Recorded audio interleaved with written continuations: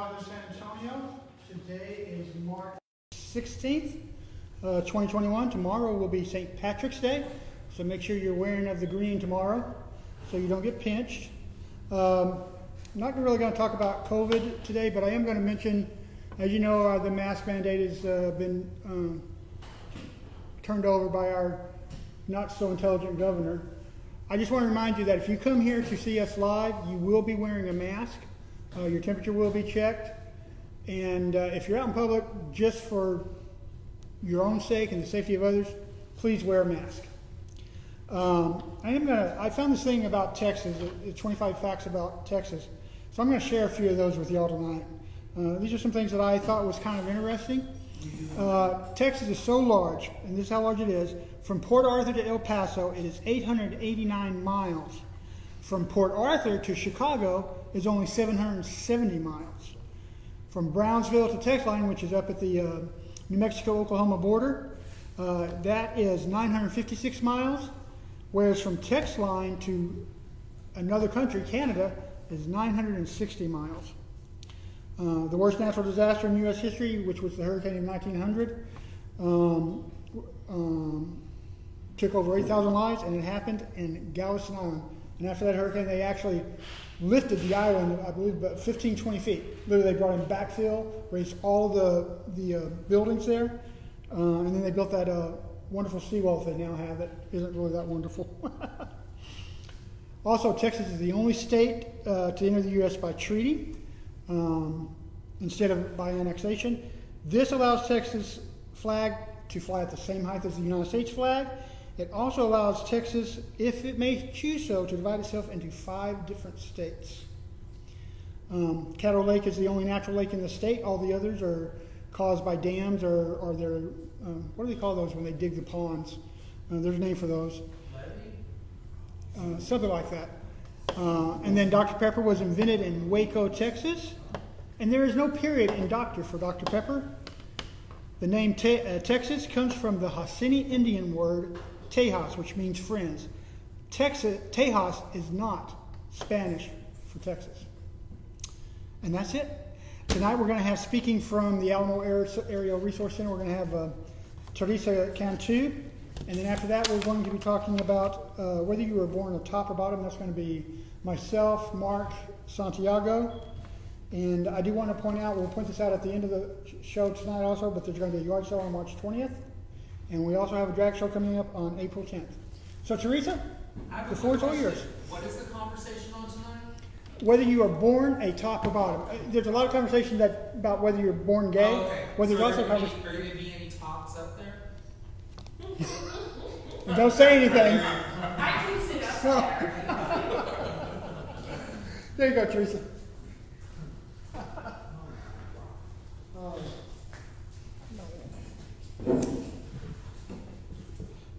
Hello. Hello. Woo.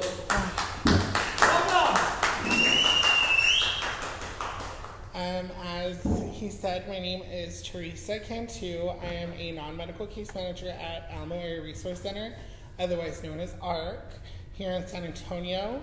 We are located at 303 North Frio Street, downtown. I did not know I was going to be on camera, so excuse the hair and the mess.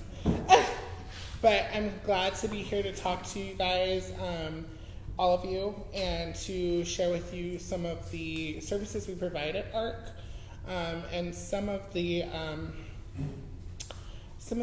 different things that maybe you weren't aware of that's available in your community.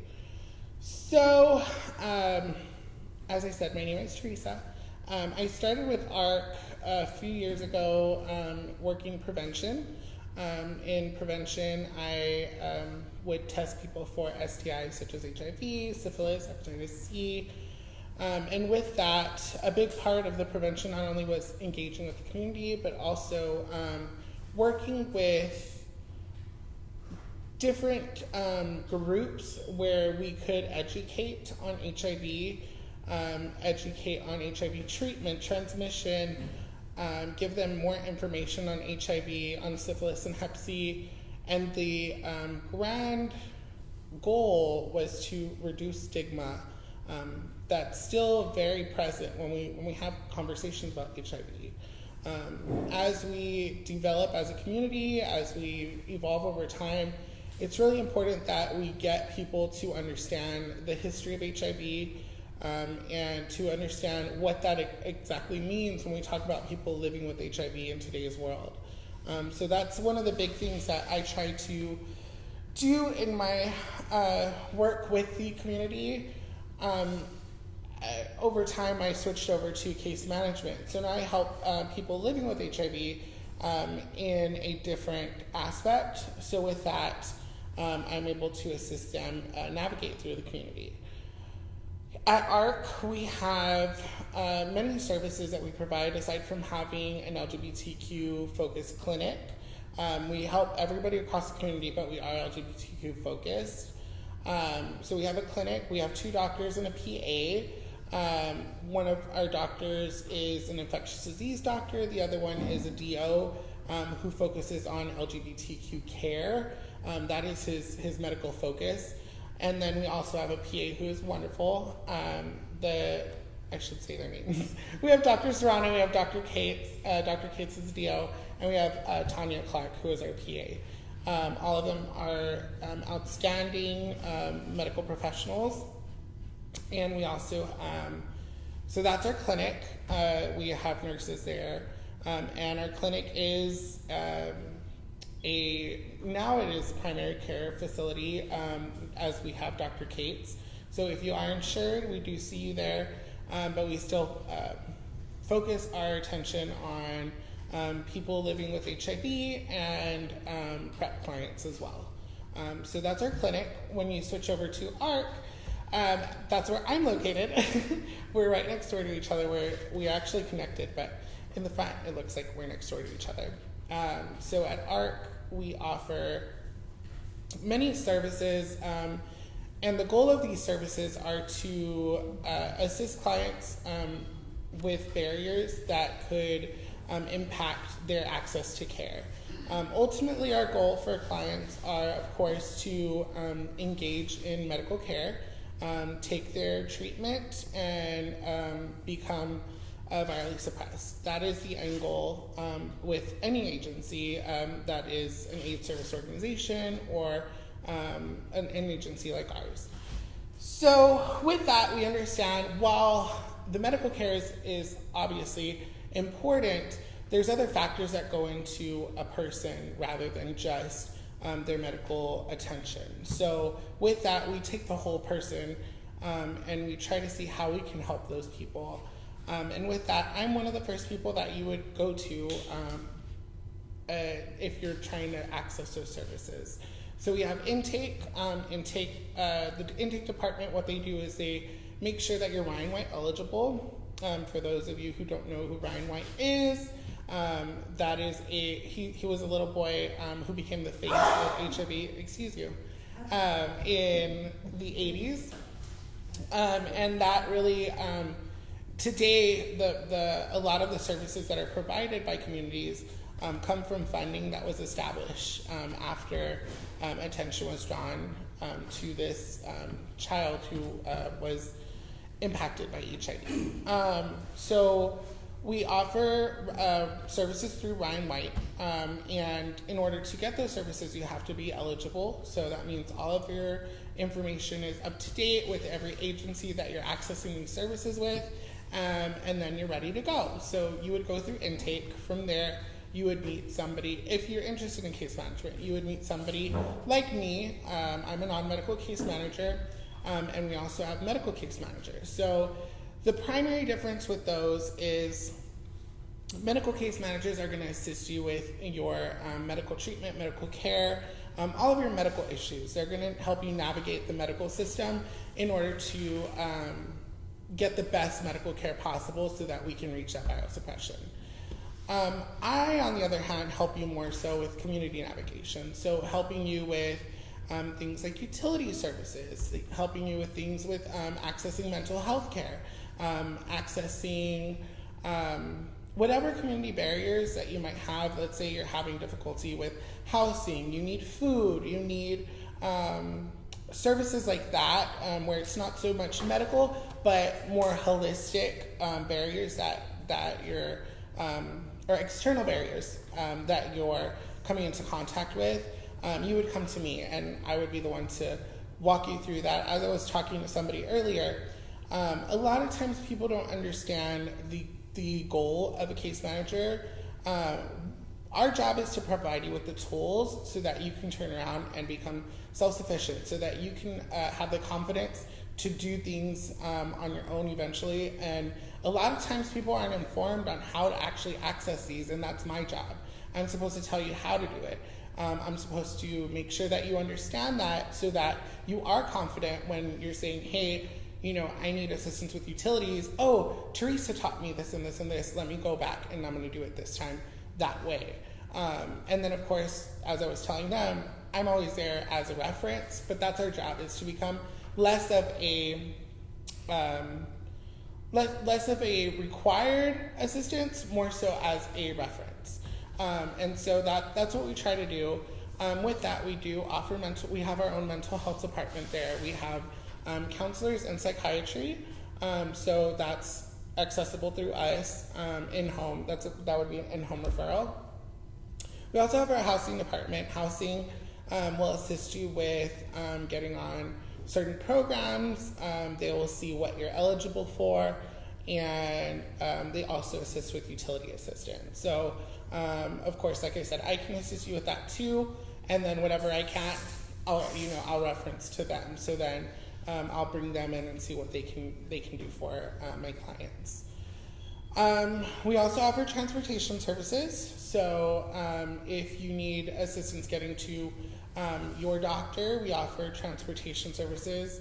And then as well as if you just need general transportation services, we do offer, depending on what you're eligible for, we offer bus passes, stuff like that. Oh gosh, I'm making sure I'm not forgetting anything. We do a lot. We really try to make it a one-stop shop for everybody, so that when you come to see us, we can do as much as possible for you, and ultimately get you to feel, thank you. Yes, so we make sure that we get you everything that you need so that you feel confident and ready to go about, your everyday life. And then, of course, we never pressure anybody into medical treatment. Once you're ready for that, you tell us, hey, I'm ready to take a pill a day so I can be, living with HIV, I can reach viral suppression potentially, and that's when you'll tell us, and we're ready to go from there. And you'll have all these other exterior barriers taken care of, to where you can say, oh yeah, I can take a pill a day, and it's not a big deal. Ultimately, that's our goal. We want everybody living with HIV to take a pill, and we want everybody not living with HIV to take a pill. At the end of the day, take a pill. If you're not living with HIV, take PrEP, so that you can prevent yourself from becoming HIV positive. And if you are HIV positive, you take a pill, essentially, so that you can reach viral suppression. Do you guys offer PrEP? Or we do offer PrEP services. So the PrEP program is a part of our prevention program. We offer PrEP services. PrEP is free whether you have insurance or not. If you have insurance, we do copay assistance to cover the copay. If you don't have insurance, we also work off of a 340B program with our clinic. So you can go through our clinic, and our PrEP navigator, Jeremy, will help you with that. And he'll meet with you, get you set up with the doctor, get your blood work going, and then go from there. Can anybody, basically what I'm trying to say is, if a straight friend of mine wants to get on PrEP, can they go to you, or? Definitely. If you are a person, you can get on PrEP. Anybody? Right. So with PrEP, there's two pills that are approved. It's Truvada and Descovy. Descovy was approved in October 2018, and we've had October 2019 was Descovy. Descovy was approved, excuse me. And unfortunately, that study didn't include anybody born with a vagina. So those individuals will not be able to take Descovy. However, there's still Truvada, which is available to anybody across. If you're a person, you can take Truvada for PrEP. But there are those two medications. And luckily, Truvada recently it became more accessible due to the patent. So that is now it's available. I have a question on, oh, I'm sorry. I have another question on services. Do you guys offer chemical dependency and mental health counseling along with psychiatry? We do. So we offer general mental health counseling. That means you can one-on-one with the counselor go over anything.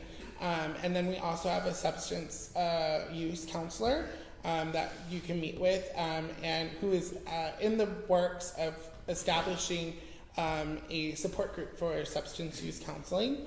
So that is available there as well. Of course, you'd go through those counselors and then they'd make the referral to the psychiatry. And so whatever the counselor believes, whatever psychiatric needs you might have once you meet with the counselor, they'll take care of it with the psychiatry department. I guess I was ignorant to this. I guess I'm the only one. I did not know girls could take birth. Yeah. So if you're a human, HIV is a human virus. If you're a human, you can get it. So if you're a human, you should be able to protect yourself from it. So across the board, Truvada is available to men, women, and everyone in between. If you want to take it to protect yourself from becoming HIV positive, you take that pill once a day, and as long as you're on that medication, studies suggest that you're about 99% protected from HIV. So yes, it's available to women, to men, and like I said, anybody. You mentioned PrEP. Is PEP also, can women also use PEP as well? They can. So PEP's a little different. PEP is a 28 days regimen. It's unlike PrEP, where it's only 2 medications. Well, it's 2 medications inside of 1 pill, right? Unlike PrEP, PEP would be your 3-part regimen, just like HIV ART is established. So PEP is available. You take it for 28 days. After 28 days, you have to start within 72 hours of contact, obviously. Our clinic does offer PEP assistance. So if that's something you're interested in, you would go through our prevention. What they would do is a risk assessment to tell you, let's say you, how like, what's the rating on this? Like, how vulgar can I get? Go ahead. Okay, so let's say you meet with our, because we're very sex positive at AARC. You can come to us with anything, and we're not going to judge you at all. So same with me. I mean, this is how I talk to my clients. Let's say a client came to prevention and they said, "Hey, I had a great time last night. You know, XYZ happened, and at the end of the night, everybody came in my eye." Okay, great. Like, you know, and now they want PEP. If they feel it is going to impact their, you know, their psyche, like, I need it, I'm worried, we'll still do the PEP referral and we'll help them get PEP. However, with the risk assessment, what they're going to tell them is, hey, as long as as long as the semen didn't get anywhere else besides your eye, you're good. Like, nothing's going to happen. You might get an eye infection, put some droppers in, and call it a day.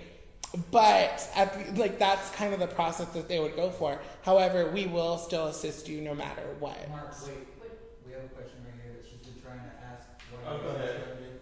So, mine's more, okay, so I understand the reason for PrEP, right? And so, however, I'm a bit of a skeptic in that I'm trying to think why someone would take a medication that is, they make, how do I say this? It'd be like me saying, oh, I don't have cancer, but I'm going to take chemo so I don't get cancer. So I guess what would be the reason that someone would try to explain to her, what would you say to me that would make me want to take PrEP as opposed to using a condom to protect me also from STIs? So that's a good question. Across the board, there's prevention methods that you can take. And it's never, at least in our methods, we do risk assessment, we do risk reduction. So we meet you where you're at. So you tell me, I don't feel comfortable taking a pill. Okay, cool. Let's go over other methods that you can use. You want to try a condom? I have tons of condoms, and I'll go over each type with you. You tell me you don't like tight ones, cool, I got some extra loose ones. You don't like those ones, I got this. And we'll go over all those methods. I'll talk to you about lube. I'll say, hey, have you ever tried lube? Have you used lube here? And we'll go over lube conversations. We try to add as many prevention methods as possible, but when we actually get into the science of things, there is a greater opportunity to protect yourself on PrEP versus not on PrEP. So when you're having the discussion with yourself, again, we never pressure you to do anything, it's your decision. When you're having the discussion with yourself as to whether you should start PrEP or not, that's a question you have to ask yourself, are the benefits outweighing me taking a pill a day? The medication is not going to affect you greatly to where it's going to cause any damage, you know. And as of date, there's a lot of rumors that are out there when it comes to PrEP. A lot of rumors and people saying, oh, there's like this case and that case about like, you know, liver damage and this and that. To date, Gilead has not confirmed a single one of those cases. Gilead is the maker of the maker of Truvada and Descovy, and they say, as far as we know, those have not been brought to our attention. So these are just like external things. However, if you don't feel comfortable taking PrEP, that's up to you. However, if you do want to protect yourself to the highest ability, then PrEP would be the best option for you, obviously. And then, of course, use condoms with that too if you still want to protect yourself there. Use extra lube with that. I mean, it's going to help with protection, and it's also going to help with pleasure, you know? So those are all things that you can add, like, it's stacked prevention. So things that you can do to protect yourself. And then let's say I don't want to take pills, I don't like condoms, I don't like anything. Okay, cool. Well, I hope you like swallowing, because that's the next place we're going to go. So, and it's like these type of conversations that we have, because at the end of the day, we want to reduce that risk to the most that we can, but we don't want you to feel pressured, because I'm not going to be there holding your hand when you're in that moment. So I'm not going to be, hey, let's put on that condom. And I'm not going to, and a lot of people don't even realize that their female condoms exist. That's something that a lot of people are thrown off with. And when we talk about female condoms, that's something I really try to boost, because people don't realize, usually when you put on a condom, an external condom, it's gonna be when the person's already a rep, they're ready to go. By then, juices are already flowing places, things are already happening, and as we know, there is a potential for transmission with pre-seminal fluids. So if you're ready to put on that female condom and you go over to your hookup, that condom is good for 8 hours. When it was made, they put cuddle time into that, so you know your partner can ejaculate in that condom, and then you go on, cuddle, watch Netflix, watch Pocahontas, turn it off, and then go again if you're ready. As long as it's within those 8 hours, that female condom is working. So that's an option as well. But that's really what our prevention department tries to do, is they try to offer all these options to you, and then you just tell them what you want, and they provide it. So we do have that. We do have PrEP, the PEP. You had a question. Actually, it's a comment from one of the people who's watching. One of my members, David Sanders, he's a truck driver, so we got driving around a lot. He was asking, and this may be out of your specific expertise, but he says, what if I don't qualify for the Ryan White program? I think we were discussing earlier how you can pay for like PrEP and things like Right. that. And that might be mentioned. I work and have tried to get health insurance. Having two pre-existing conditions, I need full coverage insurance. The salespeople always sell me supplemental insurance. Where can he go to get full coverage? So great, and that's going to bring me to the other service I was going to talk about that we provide at AARC.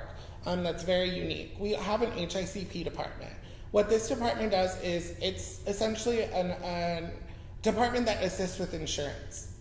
So what they do is, of course, to be Ryan White eligible, baseline is you have to be HIV positive. Okay, so that's where eligibility falls on that. So HIV positive, check. Now we can enter all these services.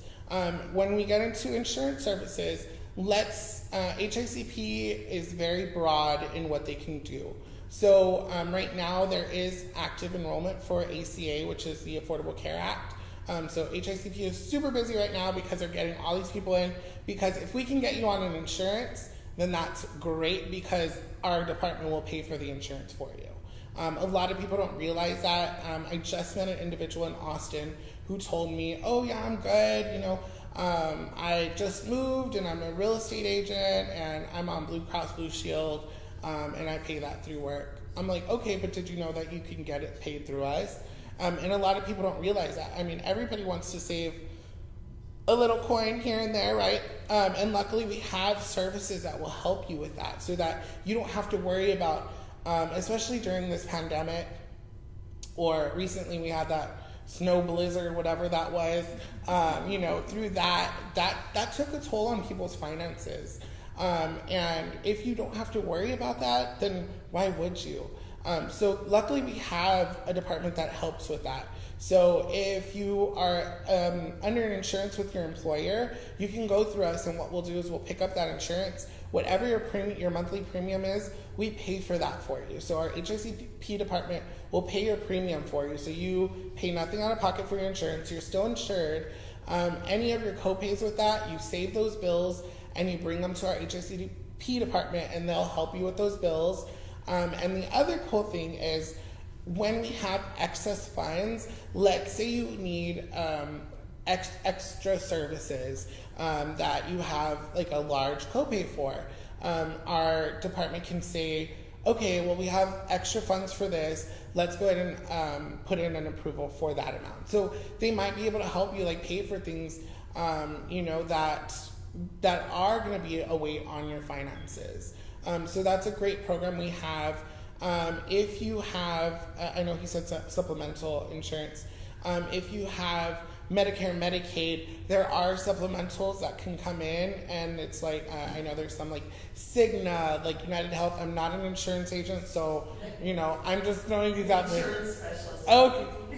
Yeah, I'm not an insurance person, but I know that they're out there. So if you have those are available as well, and those kind of pick up the slack. But if you're just generally employed or you need help, of course, with ACA, that would mean you don't have insurance and they're trying to help you with that. They can get you onto an insurance, and then they'll pick up the premium for you. So that's another service available at our agency. You don't have to be case managed with us to get that service with us. You can be case managed at SAFE. You can be case managed at Beat. You can be case managed wherever at another agency here in San Antonio. And if you want that service, you can go through us and through our intake, and then you would get a referral to that department. Wow. One more quick question, we've asked everybody to come here. If somebody comes in to see you that is newly diagnosed at another location that's HIV positive, what can y'all do for that person? And what referrals can you do for that person? So, great, and that was the department, oh my gosh, I can't believe I forgot. So we have an EIS department. EIS is Early Intervention Services. And what EIS does are, the two qualifications for our EIS is newly diagnosed and returning to care. By returning to care, we mean an individual living with HIV who hasn't seen a doctor, hasn't got blood work done in over 6 months. So if that person was like, hey, you know, I went through a rough patch, or I didn't want to see a doctor because XYZ, that's fine. Now you're ready to get on medical treatment, now you're ready to seek services, let's do it. So you would go through EIS.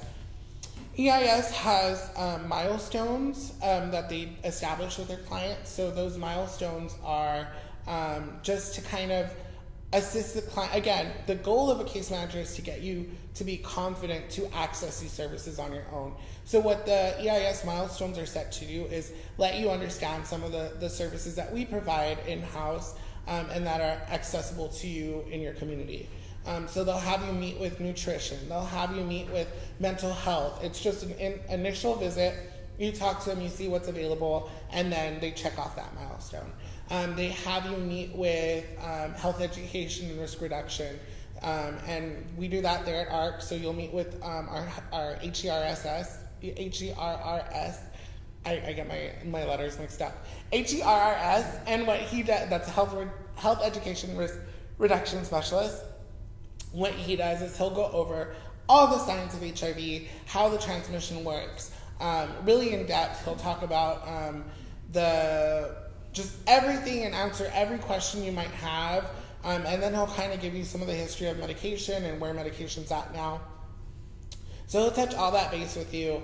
Yes, you'll have your case manager, and they'll walk you through that. They'll set you up with your appointments. They'll follow up with your appointments to make sure you're getting on your treatment, make sure you're doing that. And they will hold your hand through it all to make sure that there's never a time where you're like, I don't know what to do. And so that's their job. So, okay, I'll tell you. So we do have that for anybody newly diagnosed. If you're newly diagnosed with our prevention department, let's say you came in, you got tested, and they gave you a reactive result, right? They would link you with EIS.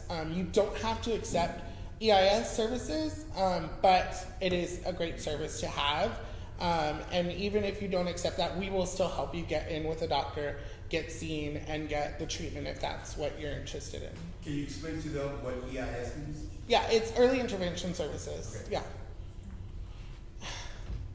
Anybody else have any questions?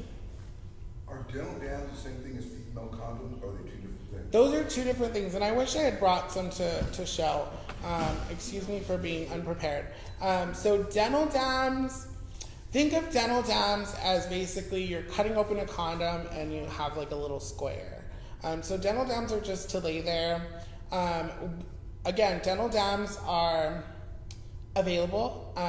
We do house dental dams at AARC.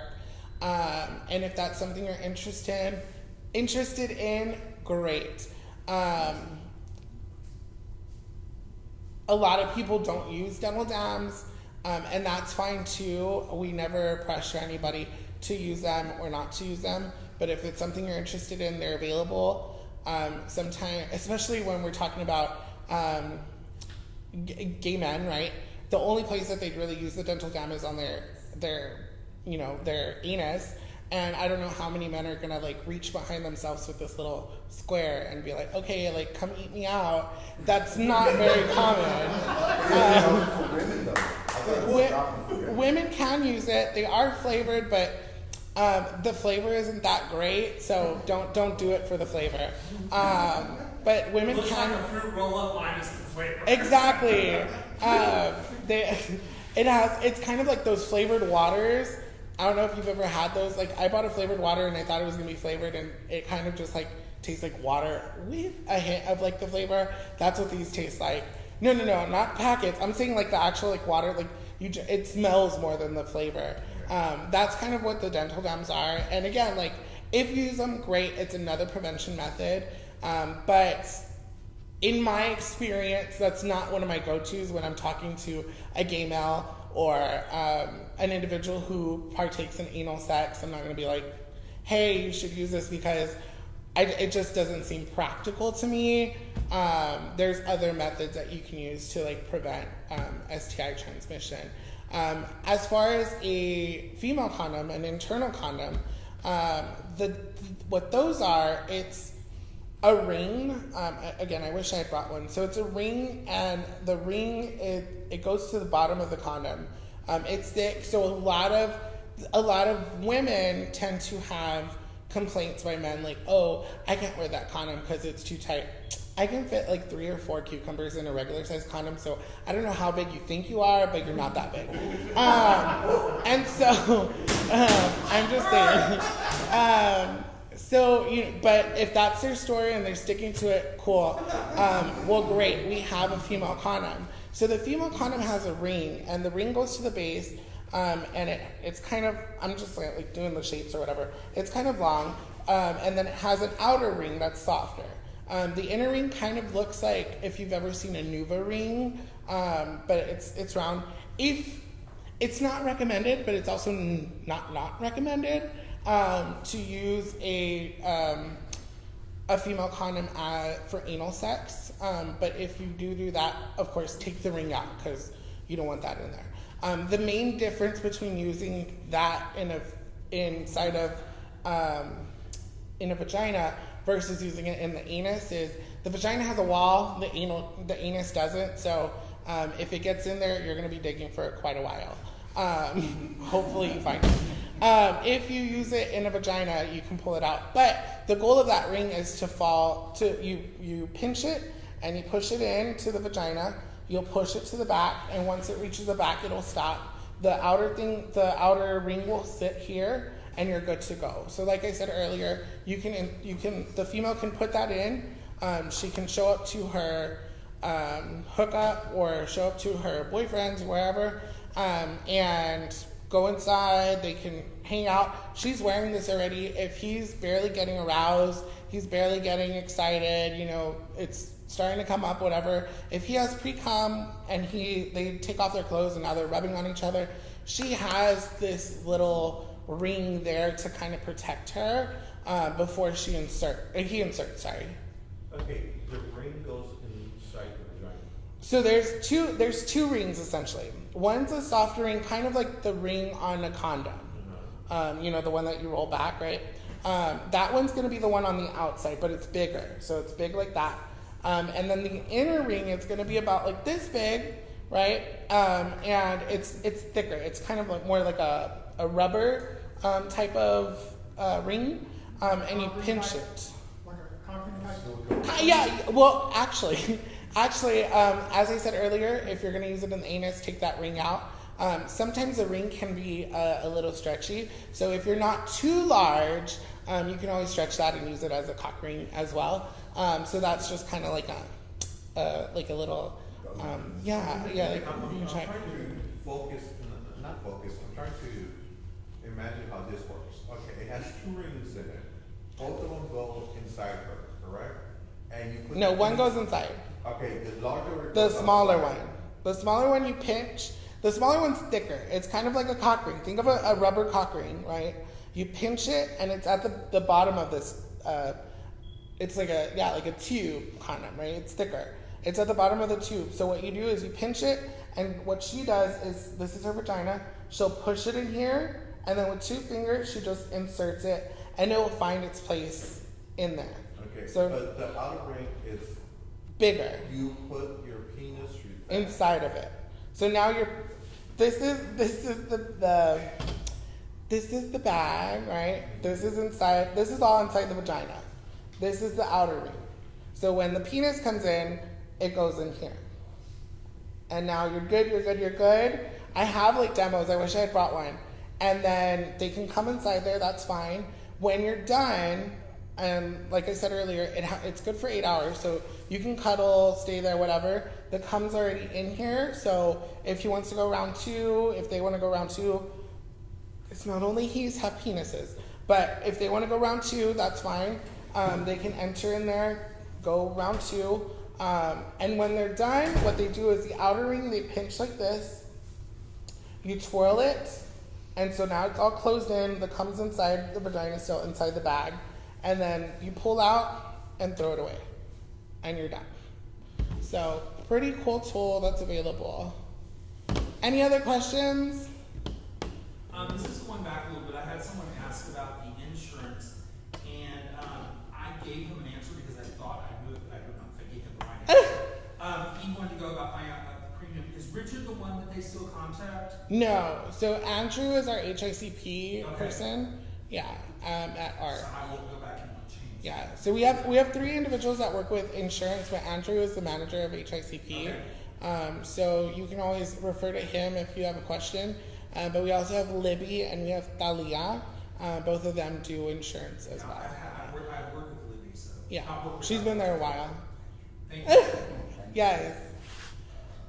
So lots of services, and we always welcome people. It's funny, like, we always know our clients, so I know, I'm like, oh, I know them, and we try to make it very personal. Is that the word I'm trying to say? Yeah, personal. Love Adela, yeah. Adela's our front desk person. So she's, right now, I should talk about COVID. Right now, we aren't seeing clients in person. We're doing everything over the phone because of COVID. We are doing testing though. So if you came in to get tested for HIV, syphilis, or Hep C, they will assist you, and you can schedule that on our website, which is arcsa.com. You can schedule the testing through there. What else? We do have a lobby phone that you can use for mental health services. They either meet with you over the phone, or we do have a virtual room that is set up with an iPad. So you can go in there and meet with your counselor privately behind the door with the iPad.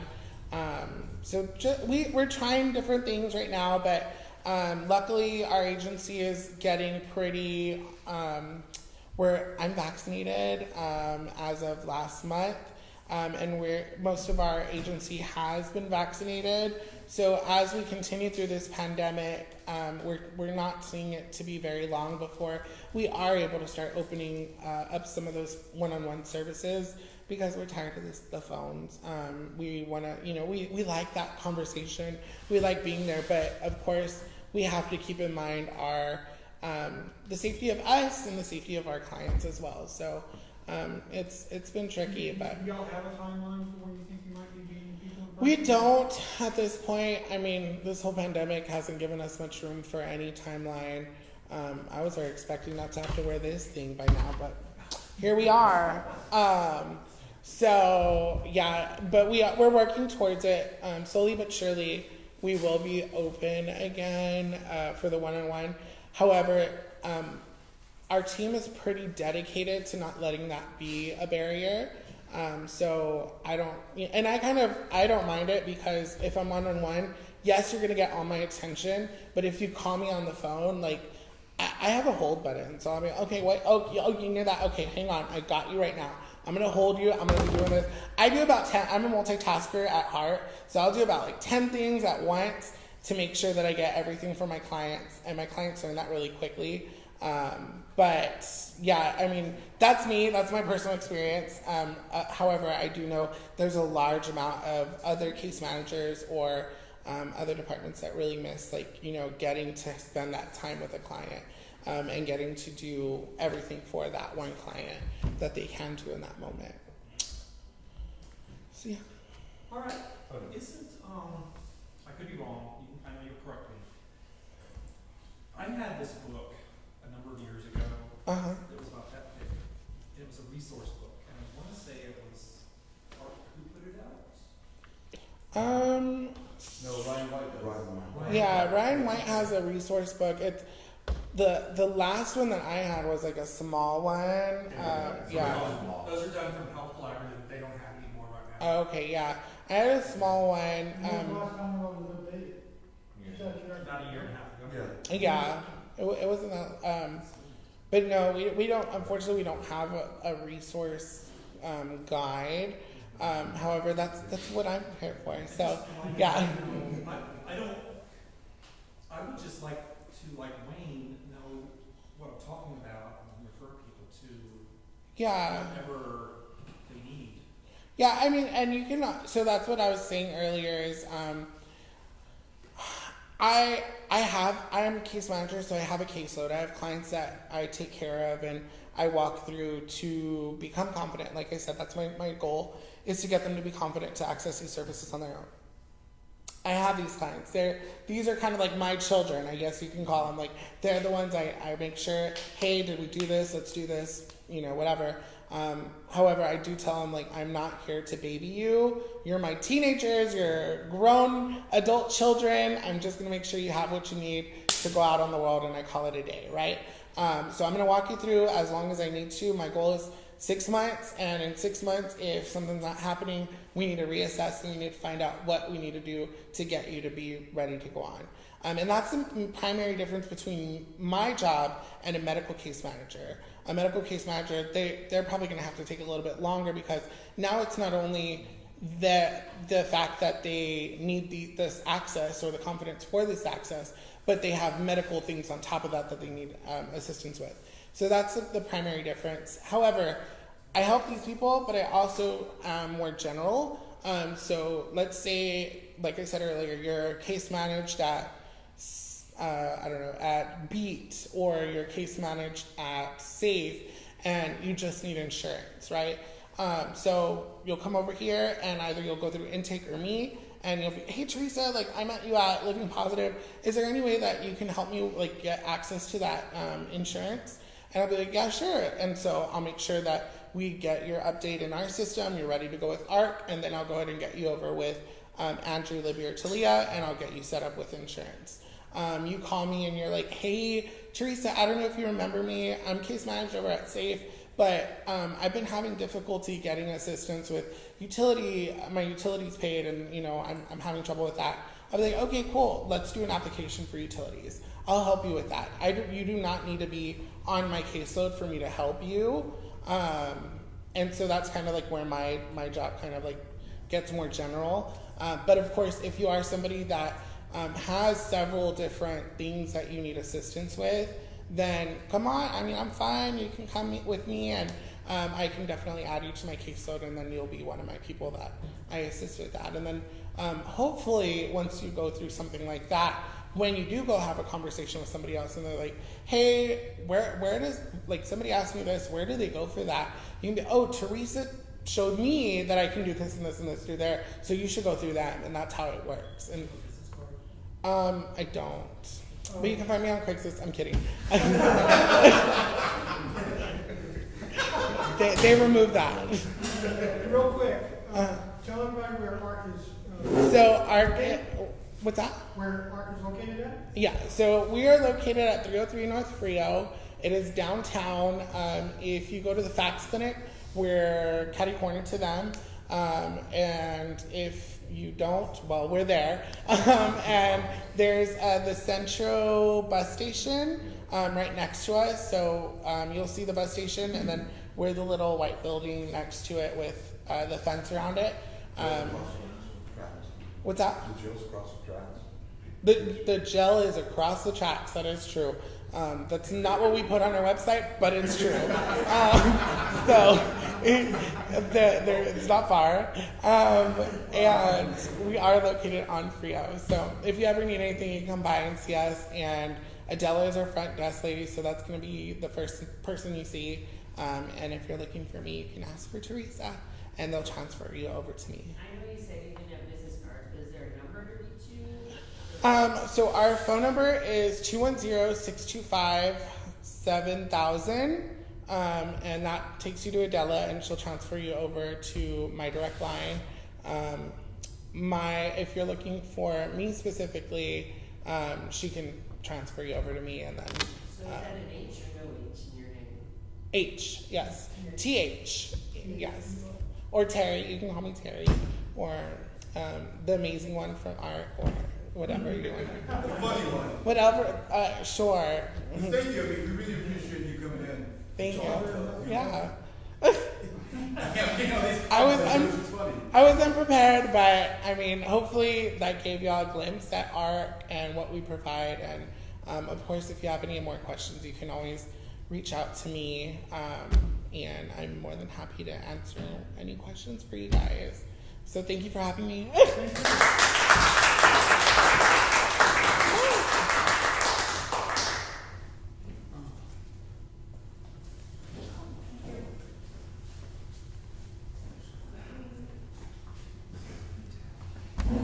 Thank you very much, Theresa. And again, that's the Alamo Area Resource Center on Frio. We'll try to post the address and phone number for y'all a little bit. Oh, we will. So, Okay, guys. Tonight we have an interesting topic. Are you born a bottom or a top? Everybody has their opinion on this. No one's right and no one's wrong. since you said that, we did the poll on our page. Yes, and what was the results? There were 12 total votes, and there were 9 no, you are not born bottom or top. Yeah, 3 wrong. yes, which is basically 75% say no, you're not. But we're gonna hear both sides of the story. Yeah, we Yes. want to hear. Yes. Everybody, like I said, everybody has their own opinion. No one's correct and no one's wrong on this topic. And if there's anybody here who wants to talk about it, you're more welcome to come up here and talk about it. I will ask questions to you guys also about this topic. And you know what? I'm going to start with that right now. We're gonna go over Renee. Renee, what do you feel? Are you born a top or a bottom? Yes or no? Not what you do every night. No. No? Jerry, simple yes or no at the moment? No. No. Josh, are you born a top or a bottom? Yes or no? No. Leo? No. John? I don't think so. Benjamin? No. Are you born a top or a bottom? Are you born that way? Yes or no? A simple yes or no? No? Santiago? No. Wayne? No. Richard? And You know, Jase? because I know the science of being born gay, I have to be on the fence. There's a possibility that yes, you are born that way, but at the same time, I don't really think so. A simple yes or no? A simple yes or no? I'm sorry, I'm on the fence. Why are you making this difficult, Jase? You're always having to be that one guy. That's my job. I believe you are born a top or a bottom. That is my belief. And why do you feel that way, Mark? Being a top, I cannot see myself being the bottom, and I have been the bottom before. I'm not gonna come up here and say I have not been the bottom. I think everybody in front here on the table has been the bottom once in their lifetime. But I really feel that you are born a top or a bottom. On my part, you are born as a top or a bottom. I just feel that if you're born gay or straight, it lands on the same route. Yes, there's guys out there who verse, who will bottom, who will top. But it's like saying there's a bisexual, gay, and straight. It's the same thing. Straight people, straight guys, or straight girls will say they're straight. They will never be with a guy. Okay?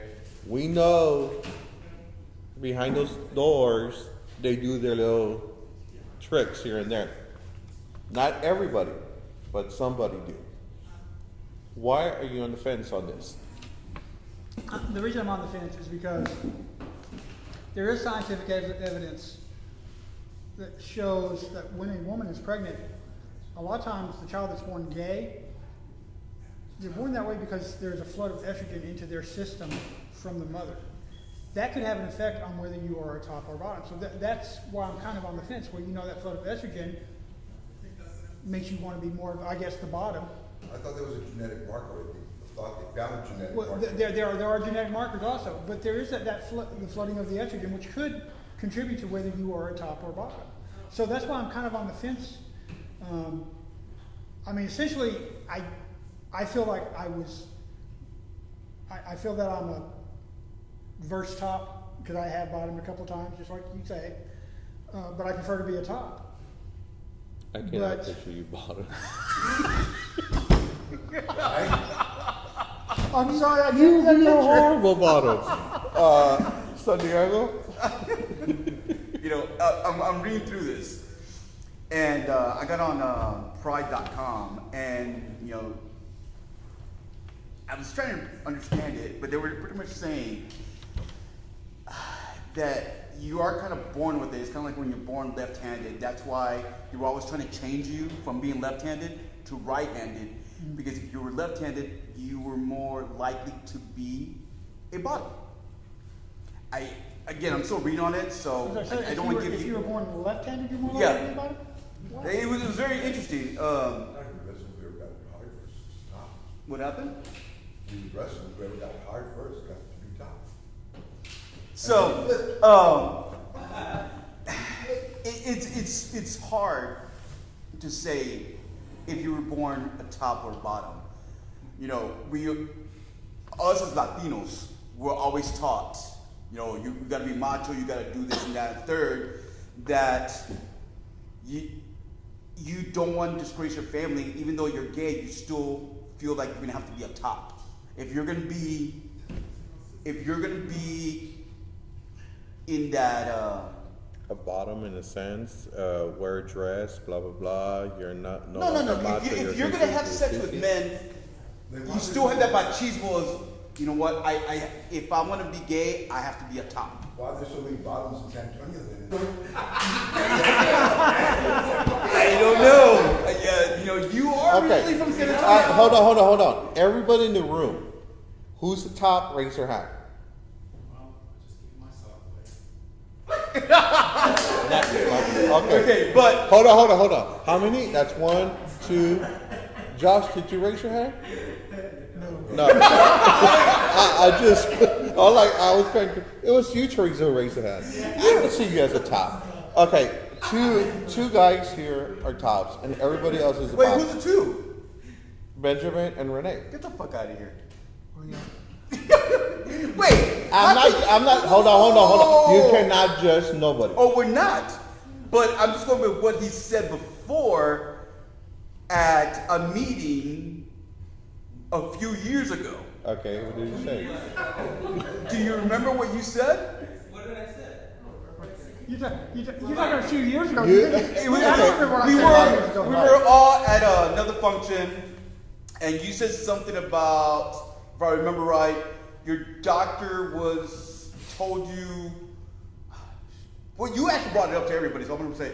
Oh yeah. Okay. So. Yeah. Okay. Oh, now Okay. you remember. Hold on. Say it. Come on.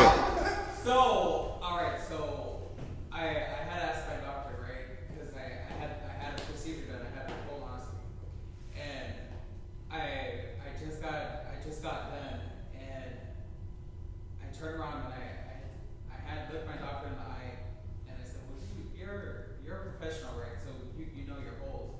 I was like, am I loose? And he told me cables would help, but I'm assuming he was more than likely joking around. But I don't know, maybe I don't know. But it does not mean that I'm a fucking bottom. I would mean that maybe I consume a lot of food and I could probably, you know. That's not what I remember. But okay, we're gonna go with that. Okay, Hold on, Renee, hold I'm on. gonna go with Wink. Okay, so then, for me, I think it's a question of preference, kind of like the way whether you like seafood or don't like seafood. You know, it's either you like it or you don't. I don't. I feel you cannot compare who you are to seafood or what kind of car you drive. I think it's totally different. But don't you think that, like, I mean, having sex, you switch constantly. You may want to do something one day, or hey, I have a headache this day, or my hip hurts this But- day, and I can't do that. That's what I'm saying. Because You- what I'm doing is I'm going through, as you're talking, I'm Okay. reading all types of statistics.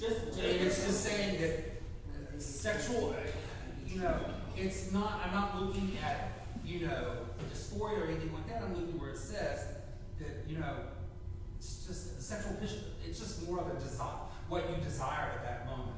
If someone wants to get dipped into and have their pipes cleaned or whatever, one time, but they don't want it continuously, that does not make them a lot.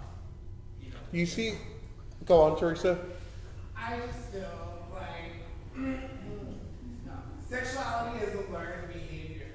And so when we get into psychology, you have to take that into account. So I don't feel like you're born a top or a bottom just because I don't feel like you're born saying, I want somebody to fuck me right now. I don't want milk, I want somebody to fuck me. Or I don't want this, I want to fuck somebody. Like, that's not what you're thinking as a baby. I feel, or even when you're 5, like you want to color. Like, those aren't things that are thought of. And I feel like what we're trying to get at is the psychology that's built up over those times, over until reaching towards the initial thought of sex. So like, hey, now I'm thinking about sex, it's gonna rely less on what your genetics were, more so than the learned behavior up until that point. Because I mean, as somebody who talks to a lot of people about sex across the board, I can sit with you and you have sex with vagina all day long, but you're not gonna sit there and tell me, you know, oh, like this one time I had, I let her stick it in my butt. Okay, cool, like that's fine. That doesn't make you a bottom, but you were curious. And so I see it more as a spectrum where your learned behavior and your psychology lands you on that spectrum at a certain point, and throughout your life, you're kind of fluctuating on the spectrum as far as where you're gonna go. And so, I mean, I get like the machismo thing or whatever. Right. That's a part of the learned behavior. That's what you're told. You're taught. You get, and again, as he said, there's so many damn bottoms here in San Antonio. But- so I don't know how you're gonna say. Okay, as a top, growing up, I was the top. There was you will not even come here next to my ass at all. It would never happen. Oh,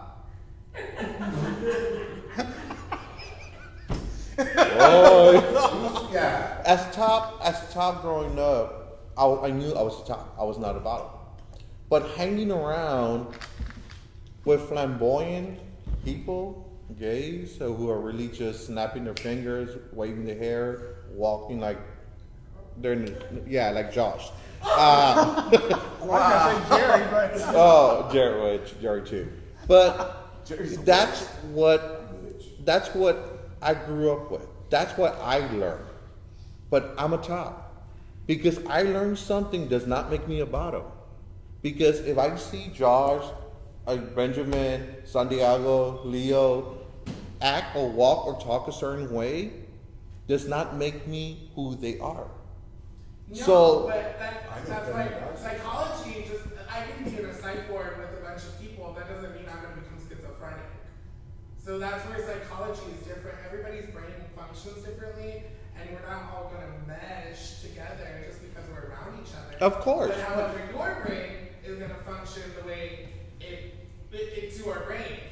And so what I mean is, when we talk about being a top or a bottom, you're gonna have your own life experiences that Josh didn't have, or that somebody else didn't have. That's where learned behavior comes in, and that's where psychology comes in. It's your own personal experiences that have brought you to that. So you already have, I mean, it's like somebody like he was saying, not so much like flavor, I mean, you could go to that, but somebody's favorite color.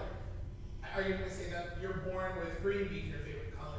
That's not necessarily true. But that's totally different. That is totally different. Well, okay, so whatever stimulates the person, right? So like, I get more stimulated from like, okay, my cock's being stimulated, you know, but I don't always get stimulated from something going in my ass.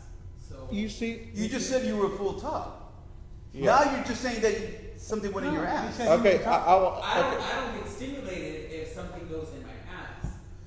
okay. So I'm saying I get more stimulated from. Yeah, I understand what you're saying. Okay, let me put it this way. Growing up, I focused on the ass because that's what I wanted.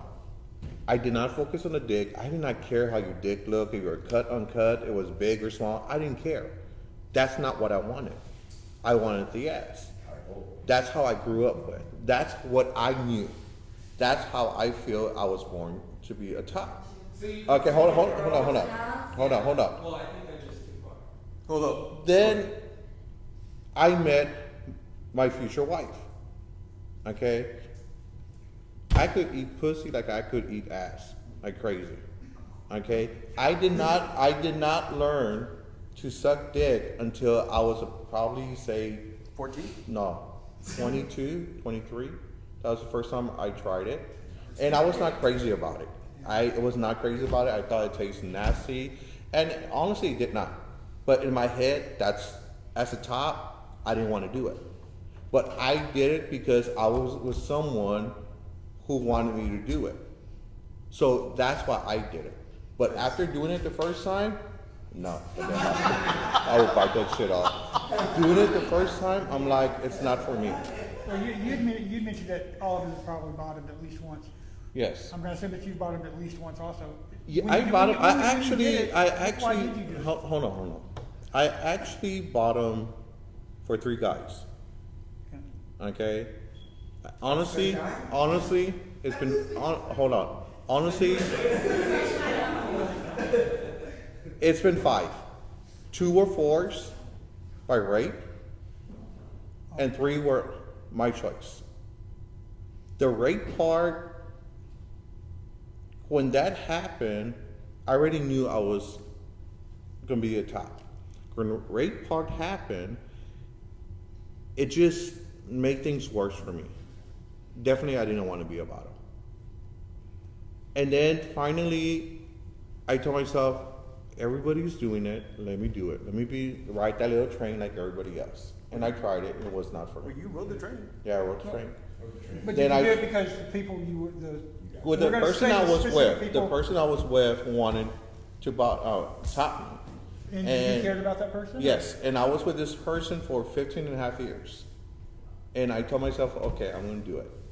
See, and I understand that if you're with your partner for a good number of years, you know, you're gonna flip because Yes. one day that he's gonna get tired. It's like, you know, I'm tired of fucking you. I don't want you to fuck me. No, you know what? And then you reverse it. If You you're, start with, being- if you're with a bottom, what they call a power bottom in a sense, they don't want to top. They just want to get fucked.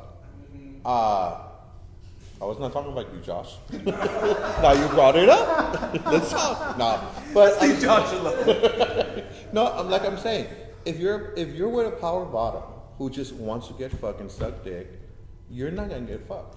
But when you're involved with someone, in a sense, who is, I was gonna say bisexual. It's not bisexual. What's the word I'm looking for? Verse. You're gonna top every once in a while. I mean, you're gonna bottom every once in a while. With the person I was with for so many years, after I believe was 12 years, I bottomed for him. Next year we broke up because I couldn't deal with it. It was not for me. It's not for me. Then I guess I gave up on sex. It's not I cannot get hard. It's just I just gave up on sex. I just got tired of running to so many bottoms that Santiago slept with, he slept with. You don't have sex. Stop making me sound like a hoe. But I met so many bottoms that everybody was taking turns on. You know, and that's funny that you said that because I called it recycle. But you see, hold on. Okay, what does that say about us tops? That we're doing everybody also. Right, we are. We cannot knock But down. at the same token, there's only so many tops. That's where if you end up stop having sex with bottoms, what's going to end up happening? You're going to end up either being a bottom or not having sex at all. So as a top, yeah, you know, you and your boy, there's another top, end up fucking the same dude, and or that's your ex, and then I end up fucking him, but he already fucked you, but you had fucked this guy, but this guy was my ex, so it's like a big old recycle bin. You know, and everybody brings it up to me because I've always called San Antonio a big old recycle bin. And it's like, well, when you go to other cities, it's the same way. You know, you're right, but I haven't seen it. Us too, working at the clubs, especially working downtown or working at, when I used to work the Old Saint and the Pegasus and the Silver Dollar, like the old, back in the 90s, yo, I saw the tricks. I knew who's the biggest bottom and who's the biggest dick that was fucking all the dudes. He saw the same thing at his bar too. So we know what it is, and we didn't want to be those guys either. But we also in an area that There's more bottom than anything else. there's more bottoms than anything else, but you kind of have to settle. If you just want to get your dick sucked, hey, you know, go get your dick sucked. You're just gonna go fuck this dude. You're just gonna go fuck this dude. All right, you put no emotion to it. Boom, bye. That's it. It was just a trick. But you see, Well, now I have a quick question. Because this happens to people, I'm going to say diabetics specifically. They're normally tops. But yet, at a certain stage, you can actually come up with ED. You can't get, and yet, so in order to satisfy don't come your up with what? with ED, erectile Okay, yeah. dysfunction. Which So that's in really order- another so in subject that order we're to talking satisfy- about as well. Yeah, so in order to satisfy your sexual desire, you wind up bottoming. So does that mean that person Well, was born to- it could happen, but my thing is, being in the city that there's, I would say, 90% bottoms? I could be totally wrong, but that's what I'm just saying right now. Being in a city that's 90% bottoms, as a top, basically us three are tops up here. I'm going to use you guys as an example here. I could say 1, 2, 3, 4, 5, 6, 7, 8, 9, 10 of you guys I probably fucked, except for one. Santiago will probably fuck all 11 of you guys. Just example. I'm not saying yes or no. Jase, thank you. Watching. Probably Jase fuck everybody too. What I'm saying is, everybody been with everybody in a sense. Again, going back to recycle. But it makes not you guys also, I mean, I'm saying it makes you guys look bad, but it makes us look worse, I feel. Because we're the ones who are doing it in a sense. Actually, You're the one who's turning around, and you turning around. I'm going to use me as an example because I just want to point at one certain person. We may get an STD or STI in the process of it. Okay? Some of us have been lucky that we haven't. Some of us, unfortunately, at the clinic twice a month. Okay? It happens. This is San Antonio. It happens. So, as a top, I gave up on sex. I just did not want to deal with none of you guys. I did not want to get an STD or STI anymore. I don't want to deal with that. It's easier for me to be with a partner that who I'm with and not have sex. Is it fair for him? He knew what he got himself into. But yet, last week we had discussed this, that he knows what he's into. Yes. So if he needs to be serviced, he knows he can go get serviced. You know, but that's okay. I got two things. We have a mutual friend. It doesn't matter what his name is, but he was a top until he started gaining weight and more weight, and now he's about 400 plus. He's a big guy, you know. But he told me one day, I need to start losing weight because I'm getting tired of being a bottom. Because it was so hard for him to be a top. And they've even said, you know, once you start losing weight, your dick's gonna get bigger. Or once you shave your pubes, your dick's gonna be bigger and everything. You know, so for somebody like that was obese, you know, to say that, and that's why he was losing weight, because he wanted to start being a top again, because he couldn't find his dick. Again, and I'm just going about what he had told us, you know. He had no choice. He either he was gonna have to, you know, he just had no choice. He was gonna have to be a bottom if he wanted to have sex. Now, there was something that you also brought up. When you're diabetic and you're also HIV, all these meds will also make you ED. Yeah. And ED is erectile dysfunction, that you're going to end up having to take pills because either you gain too much weight and or your diabetes has just gone off the hook. Yeah. That you can't control it, and that's when you end up being diabetic one. Or you have very low testosterone. So when you have low testosterone, you're going to have to get on something to bring it up, or you're going to have to buy that little blue pill. Yeah. Which I don't know how many blue pills you got. I got a whole case at home. But, you know, let's go with you know, you are born, whatever. You know, like the whole subject tonight is you're born a top or you're born a bottom. You know, it's kind of hard to say. I don't think all the bottoms woke up one day or just felt like they were going to be bottoms. But you see, know? most all bottoms I've been with will not top.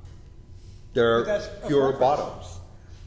Don't you think? Well, when you think that's a preference, just because that feels better Wait, to them? hold up. She's got it. I'm sorry. Go ahead. To what level does performativity come in? To where you're so you present so strongly as a top that when somebody comes to have sex with you, don't they want to match you at their level, being just as strong as a bottom? A bottom could be strong. A bottom is a strong person. No, but I'm saying because you're saying like they don't want to top. So you're already said, I'm a top, there's no other. Yes. So there's no room for them to say, well, bend over. Okay, no. If you're a bottom, you're gonna bottom. That's what you're there for. You're there to lay on your back and have your legs up in the air. Simple as that. Simple as that. There is no room there. There is no. You're not. I'm not. Someone's not. Hold on. But you're coming from a mindset where it's either you're top or bottom. Yes, yes. That's how I feel. It's the same mindset either you're a man or a woman. What about non-binary individuals? Or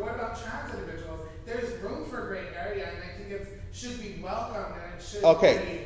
be incorporated. Okay. Let me say something. As a top, I'm a top. As a bottom, you're a bottom. As a trans or whatever you are, that's who you are. To me, Hold on. hold on. Trans is not a sexual thing, though. no, hold on. To me, when you, I don't want to sound ugly, but this is the way I see it. When you cross that line to become someone, not something, someone as a person, that's who you are. But top doesn't define you.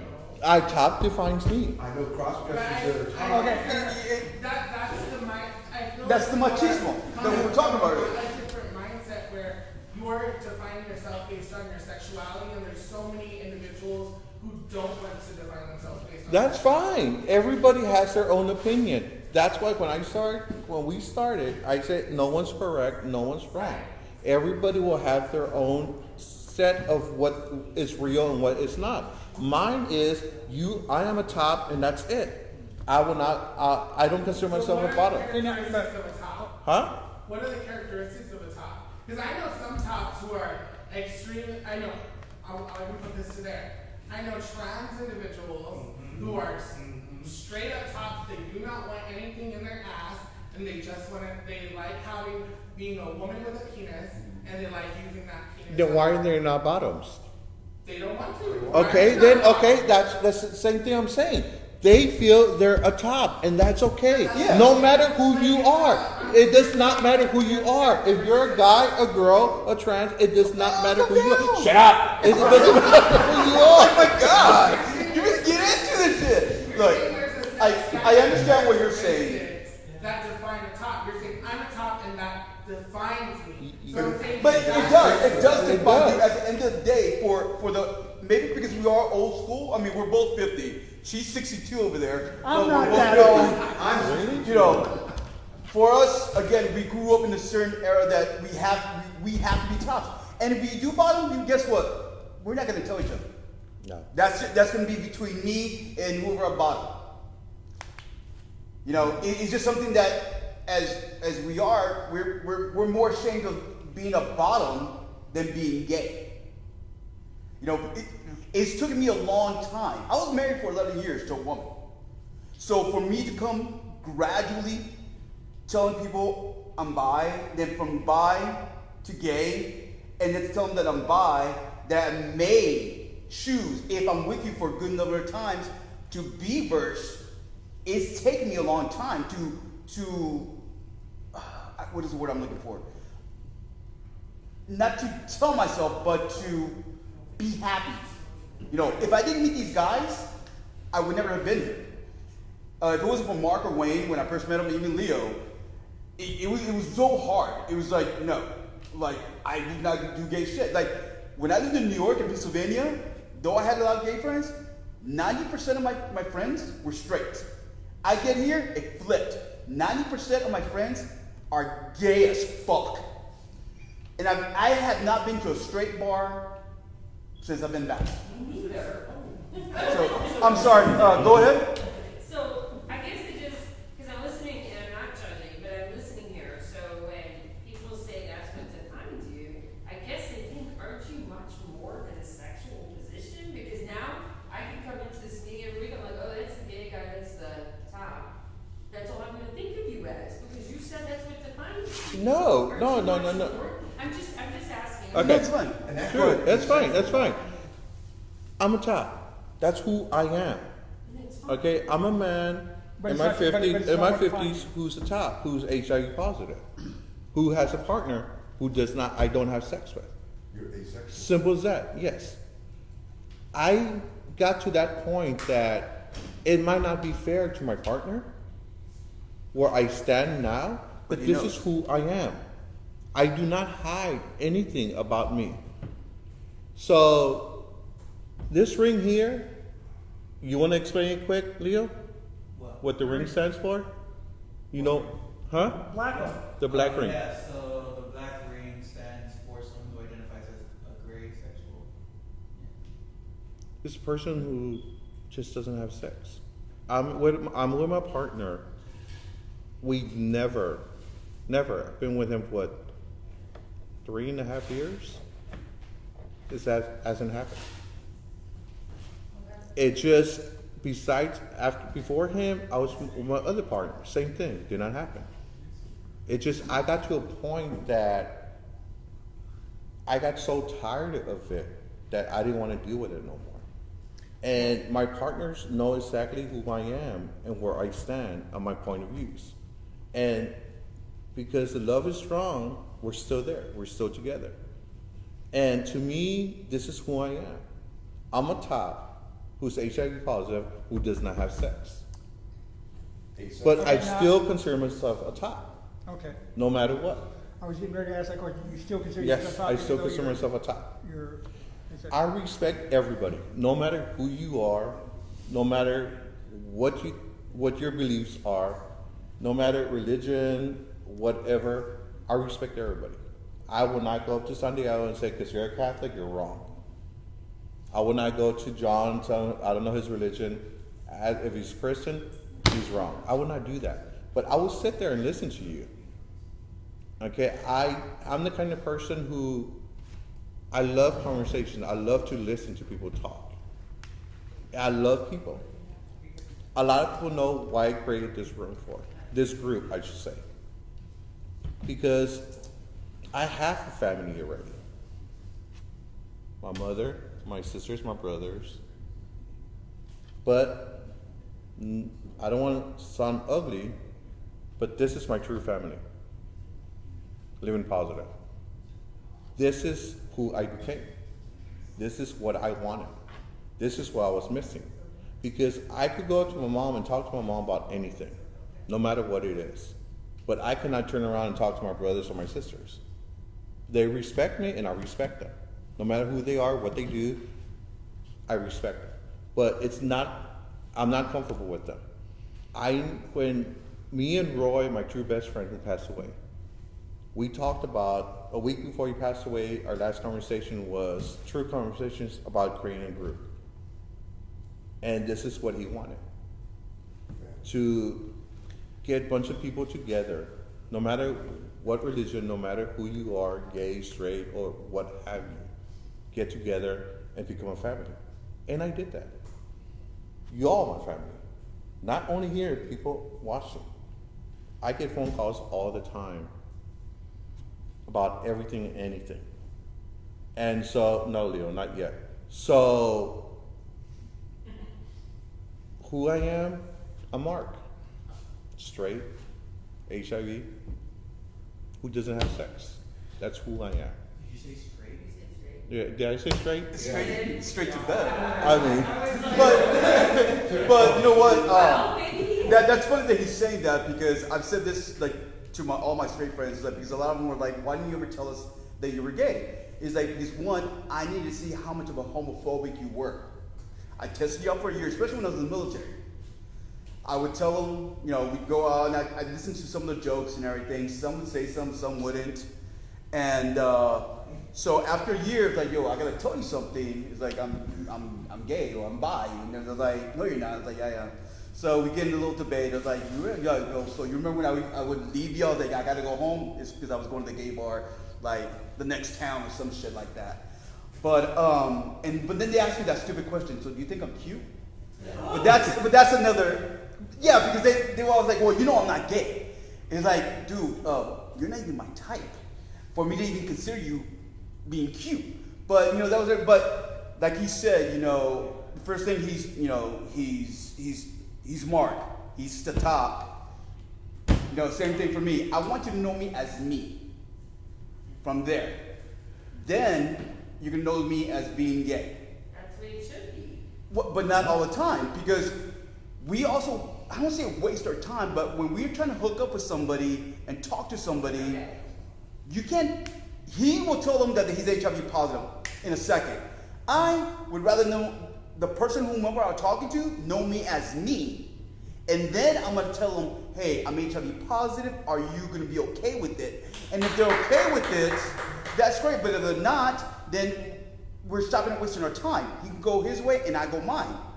But I need him to know who I am first before knowing oh, he's HIV positive, period. Doesn't even know my name, doesn't know anything about me, just that I'm HIV positive. You know, it works for, it just depends on the person. Like, for Marc, it works for him. You know, he's straightforward.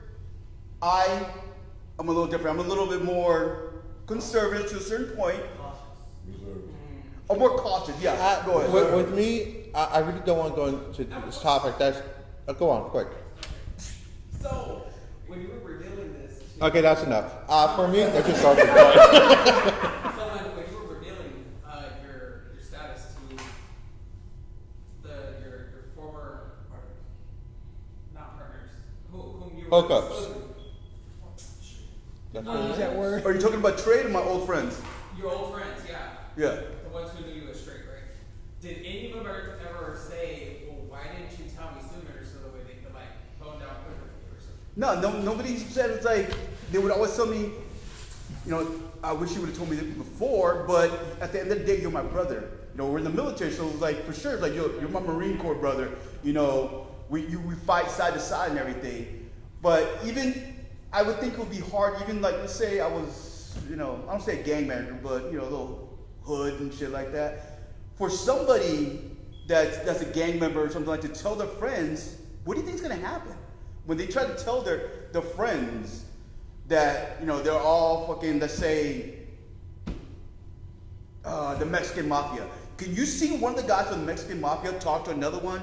Yo, I gotta go because I'm gonna go suck some dick, Holmes. Do you see that? No. Because so again, there's a machismo right there. I'm sorry? Remember JPG, the Game Boy Gangsters? Oh my god. Yeah, but that's totally different. Is it They're just gay. machismo? Or is it also partly you want to protect yourself? Well, we all want to. No, all want- when I'm saying, I mean literally physically protect yourself. Because you know, a lot of times when somebody hears that you're gay, they think, oh, well, you're a little pussy, I'm going to kick your ass. Right. Well, it's not only that. Because as soon as you tell them they're gay, they're going to automatically think you're a big bottom. Oh, you're that gay. you want to suck their dick. Yeah, they're your bottom, and it was like blah, blah, blah. You know, that's like, so again, that's why we have to put the status, I'm gay and I'm a top. So when you say that, again, not for everybody, you know, but for me, it's easier for me to say, look, yeah, I'm gay, I'm bi. You know, have I slept with a woman recently? No. I haven't slept with a beautiful woman, in a very long time. Have I slept with What about the ugly one? I slept with a couple ugly ones. Wow. It's all pink in the middle, right? Okay. We actually have to end it already. It's time. It's only 8:27. We still got a little 30 minutes. No, we don't. Hold on. So, I want to thank Jase and Santiago. And like I said earlier, no one's correct on this. Everybody has their own opinion to it. No one's right, no one's wrong. But it was a good topic to get a rise out of people. Yes. Because Theresa was like, oh, now! So, You know, Josh was like, me. Well, Ben, another story. You know, I don't think about that. You know, talk about that's just not what I think about all the time. I don't think about sex. I don't, you know, it's just who I am. But that's fine, because he doesn't think about sex either. I don't think about sex. But I am horny 24/7, bro. I don't think any of that defines me. I am who I am. I've actually been involved with this group for some time now. Because years ago I used to be really like, oh, nobody needs to know that I'm positive. You know, and it's been 21 years. But it's just not something that I think about all the time. The only time I think about being positive is maybe when I take my meds. That's every day. Yeah, that's the only time I really think about it. At bedtime. Or in the morning. Yeah, I mean, I don't think about being positive all the time, just when I take my meds. But I'm not even going to take a med. When I take my meds, it's like when I take my meds It's a for diabetes. routine. I don't think about, Yeah. oh, I'm diabetic. Oh, I got high blood pressure. Oh, I'm fat. No, I just take my meds because I just take my meds. And I, you know, Michelle and I are around the same people. And I thought one of our friends knew I was positive. He says, oh, no, no. I'm like, well, I thought everybody did. So I'm gonna tell you real fast, because I know you said you had ends, until you guys said, who in here is top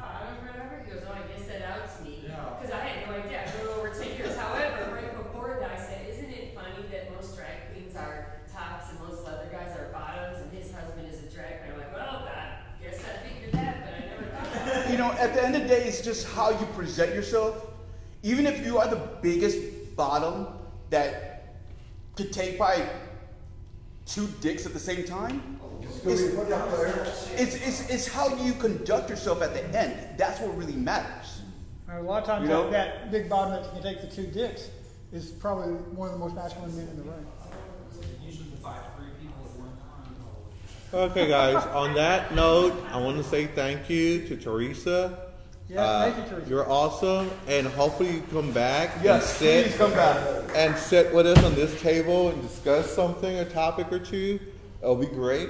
I love your energy. You can bring dildos, other things. Yes. Down there. Yes. So on that, we got a few things to discuss. The drag show, it's coming up on April 10th. April 10th. Here at Woodlawn Point, oh my God, I'm going stupid again. What's it called? Disco and Decadence or something Yes. like Tickets, that. Divas and Decadence. yes, tickets are $10 online, and you can buy your tickets here at the door. Also, we will have a raffle going on. We will have 4 gifts to raffle off. All the money that we raise will come back to Living Positive San Antonio.